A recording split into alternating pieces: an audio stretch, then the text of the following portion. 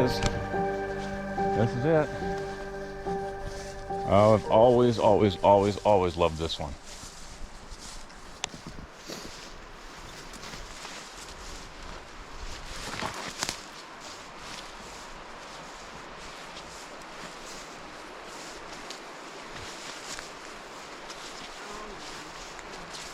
Yeah, it kind of tugs, doesn't it? Totally tugs at me right now. Wow. A lot of years, Dave. A lot of years, love. A lot of years, a lot of struggles, a lot of conflicts, a lot of tries, a lot of our life. Hey? A lot of everything, man. It's, you know, you come in with some excitement, but you also come in with a little bit of sadness because things always change in life. They change, and you know that that's inevitable. Yeah, I was quiet on the walk in so far because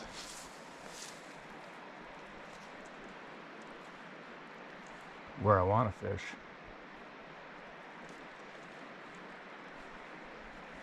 Yeah, very. Hey guys, we're standing on what we call glass. We call this pool a glass house for obvious reasons. You can see everything right to the bottom. Everything, yeah. And we've had spent just so many years and so many times coming in, getting height up on this cliff around the corner. There's spots where you can get amazing height, and you just see these fish. Cutthroat surfing. Losing my voice there, yeah. It's smoky out here.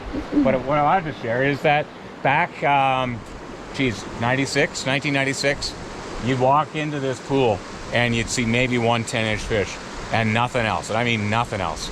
And that's kind of, this is part of the section that really led the need for change for catch and release regulations on this river. We're on the South Ram River in central Alberta. And we busted our butts. We got this river catch and release. Right. After that, we created the Stream Watch Coalition, which we wound up hiring a series of conservation officers through the funding with that. And then after that, I chaired Bighorn Country Coalition through the Alberta Wilderness Association.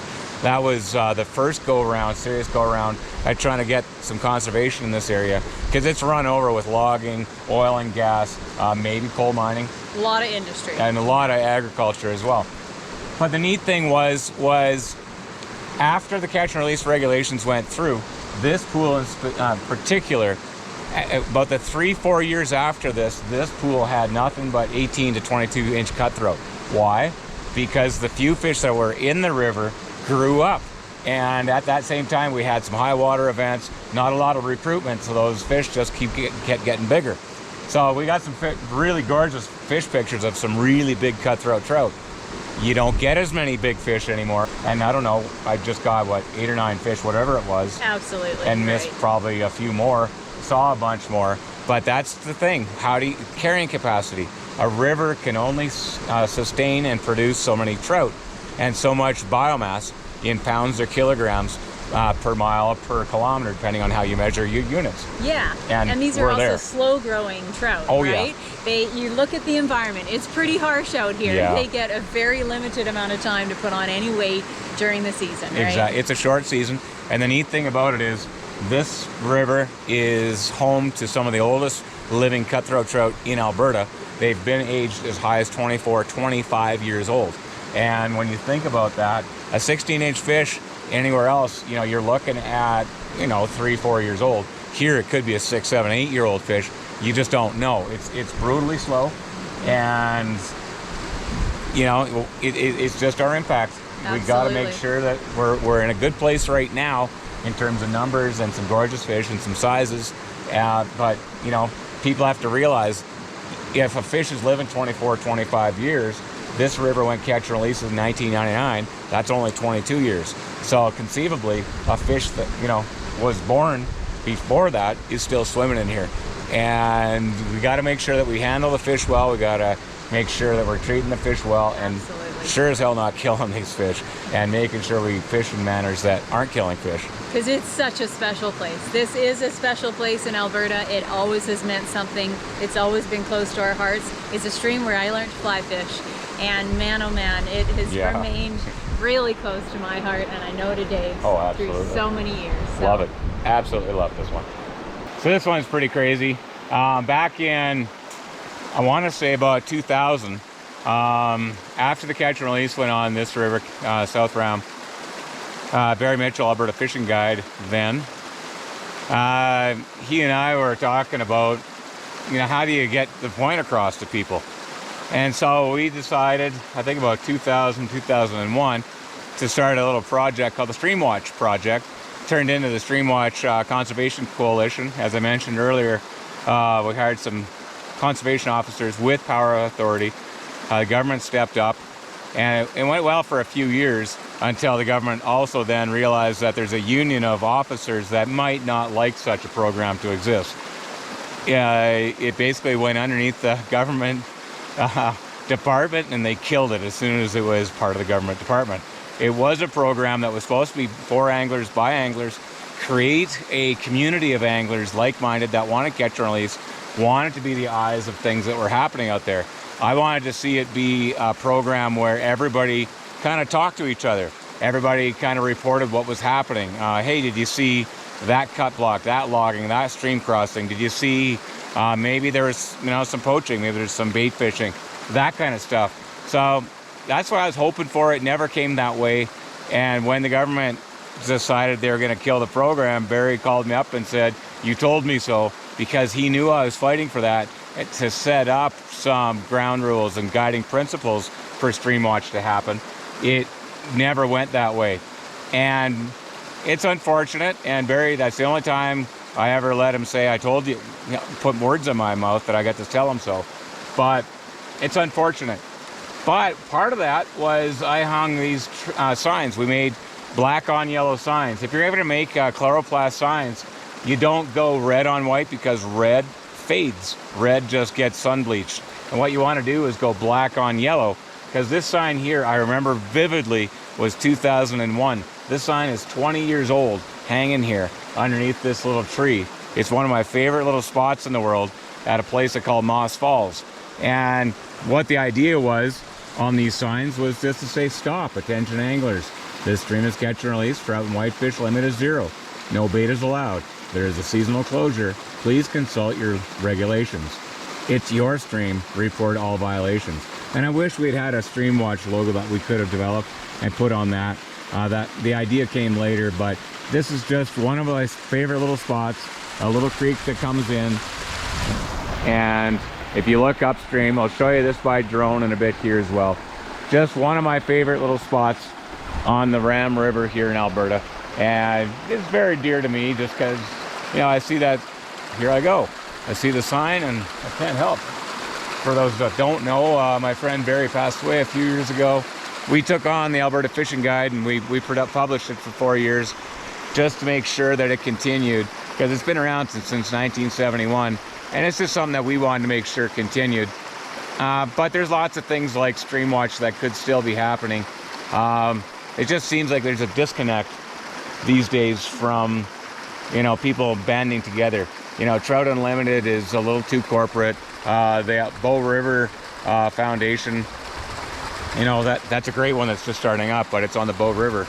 And really, there's a bunch of loss and a bunch of stuff in Alberta that's just lost right now, because there's no leadership to any coalition. There's no voice.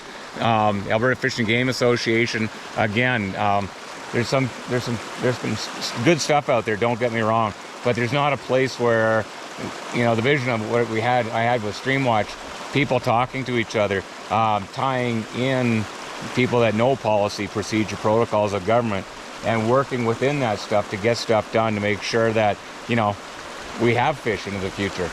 Anyway, that's not the whole of it, but that's some of it. This is one of my favorite longtime pools. I think my best memory was with my friend Rick just after high school. We came in here, and it was one of those 8 above, for you American folks, that's, high 40s. And this pool came alive. It was just a drizzly rain. It wasn't enough to turn the river off color or raise it. It was just a drizzly, cold rain. My friend Rick and I just stood here it had to be a blue winged olive hatch. Yeah, I didn't know. I couldn't tell you what it was, because I didn't know when I was, 18, 19 years old. I didn't know what the hell blue winged olive was. and we caught fish, and it was spectacular. The fish dropped out of the depths, and we're right out here just feeding. Back then, it wasn't all covered with this shale on the bottom. It was rock, and these fish were just, you know, in knee-deep water, and the fish were coming up. And I got one fish. I don't know if I got it or Rick got it. 21 3/4 by 13 and a half around, and that was just a fat fish. And it's cool. Through the years, there's been a couple different attempts. You know, just up here off this rock shelf, there's been a couple different attempts by beavers of all things to build a beaver hut right in the corner there. And the other thing was, it was really, I don't know if it's cool, but after that day and that piss and rain and that epic mayfly hatch, my buddy Rick decided he was going to go straight up, right up that rock shelf. That's how he was going to get out of that. That's how he got out of that canyon that day. Piss and rain, ice cold, numb toes, feet. And I looked at him, I was like, holy shit, dude. I don't know about that. I don't even know if he was there. I think he was actually up this, if I remember, it was up this kind of orange rock, line of orange rocks here. And I said, nah, I'm going to go back over here, at least in this gully where there's some loose stuff. I don't know who's dumber, but we're still here. No, it's just really cool being back in this kind of a place. There's always a gorgeous fish or two, as you saw Amelia had fun with. Always something neat. And just a really cool. We're only a couple miles downstream of Ram Falls here. And, you know, it's catch and release. Didn't catch anything, didn't see anything bigger today. So either the angling pressure is such that the bigger fish aren't wanting to come up, which I don't believe. They'd at least come up and nose it. If you're out, if you know people that are coming in here and killing fish, even though it's a catch and release stream, please, please, please. You know, these fish live 24, 25 years. This river's only been catch and release for 22 years. Easily could be fish that predate catch and release still living here. So if you know people that are killing fish coming in here, even one or two fish, and they think, oh, what's one or two fish? It's everything to this river. I mean, everything. We used to come in here and we'd know the fish. We'd catch the same fish. It's going to sound like a story, but I can show you pictures of Big Mama. She first caught her when 16 inches, and I caught her 11 straight years. And at least 45 times that I caught and released that one fish. And there were 3 pools in this river where she would always start the spring here and then spend the summer between the other 2 pools back and forth. I could tell you all sorts of stories about that, and hopefully I will sometime. But that's one fish, and it got to the point where in 2005, when I no longer saw her, I caught a 16-inch fish that was a spitting replica image of that same fish, and it was been that one fish. So, you know, genetics are getting passed down. It's really cool, but we can't have people killing even 1 or 2 fish, because it's the absolute lifeblood to make sure these fish have a chance to get to be 10, 15, 20, 23, 24 years old, because those are the fish that you're going to remember. I promise you, I remember every single 18, 19, 22, 23 and a half inch, the biggest one ever, 24 3/4, 25 3/4, I don't even, 25 3/4, because nobody ever believed that there's a 26-inch cutthroat trout in this river. If we allow it to happen, it can happen, but we need everybody to continue doing it. There's no reason that we're not catching 18-inch fish in these pools. There's no reason. And I hate to tell you, but the onus is on all of us. There's heaps of people out here. How we treat these fish, how we catch and release these fish will dictate how long they live. Give them a chance. We got a chance to see those fish again. But it's on every one of us to treat every single fish well. Because I promise you, there's only going to be room for 1 or 2 fish over 18 inches per pool, and there's only one good holding pool that'll hold those fish every 800 meters. That's a half mile. Every half mile, there's one spot to hold 1 or 2 good fish in this river. And if you eliminate those fish from growing, you know, I'm sorry, you're not going to have what I experienced. I really feel sorry for the next generation that you're not going to experience what I experienced, because they won't be here for you to experience that. And I hope that you do. And I hope that people can realize what this can be, what this is, and allow it to continue.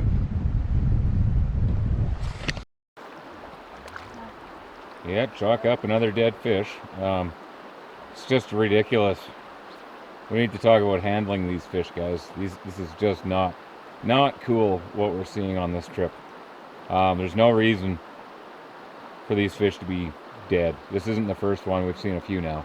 And in a reach with very few fish, and old aged fish, and that take forever to grow, you just got to think about how you're fishing, how you're handling them, and make sure that these things are able to go back. It's a lot of effort to get this catch and release. It's a lot of effort to save habitat. It's a lot of effort to do a lot of things, and the least we can do is handle these fish well. Okay? Well, for those of us in Alberta, I have to admit something. We just walked along all these trails coming out of the Ram towards Ram Falls, and I am absolutely flabbergasted at just how pounded and widened, and where there used to be one little tiny little goat trail when I started coming in here 40 years ago.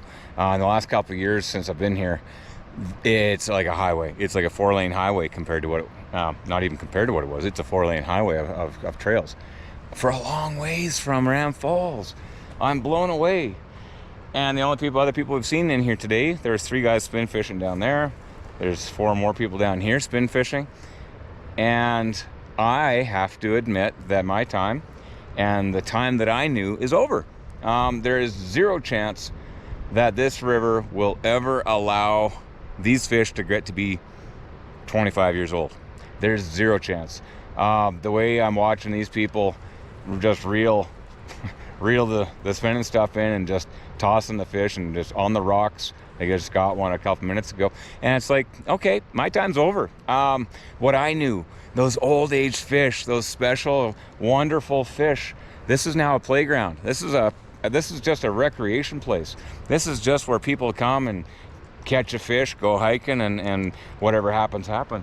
That's not what it was. That's not what I grew up with. It's just not, and it's different.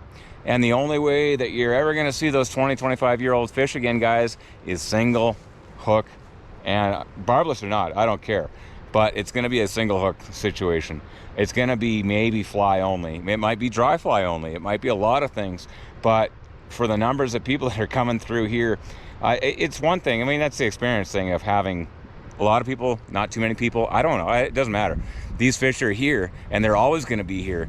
But the only way that I make sure that what I had ever has a chance of coming back is going to be a change in, not so much in numbers of people, but fish handling and gear type, that kind of stuff. And I really hope and I really wish the next generation's well with this, because what I had is long gone. And until biologists start to clue in and understand what's going on, and that you can't just whitewash manage everything in this province, you're never going to see those fish again. And I'm really sad, but maybe you're not sad. Maybe I'm the oddball now. Maybe I'm the dinosaur that, in the good old days. Yeah, but that's only a few years ago. We can get back there if somebody wants to really get in the local regional biologist space and headquarters policy guys and gals and say, you're not doing it, man. You can't just whitewash manage regulations away. You can't do that anymore. We have to actually manage. We have to practice biology. We have to get in there and say, what do we want? Do people want 20 to 25-year-old cutthroat trout in the Ram? Do we want those 18 to 23-inch fish to exist? Because it's not going to be with a bunch of people chucking gear and spoons and bait and whatever else they want there and dragging those fish, rocking them on the rocks on the shore. It ain't going to happen. Those fish are not going to get to 10 years old. And that's the next generation. I did the best I could, so it's up to the next generation, guys. It's going to be different.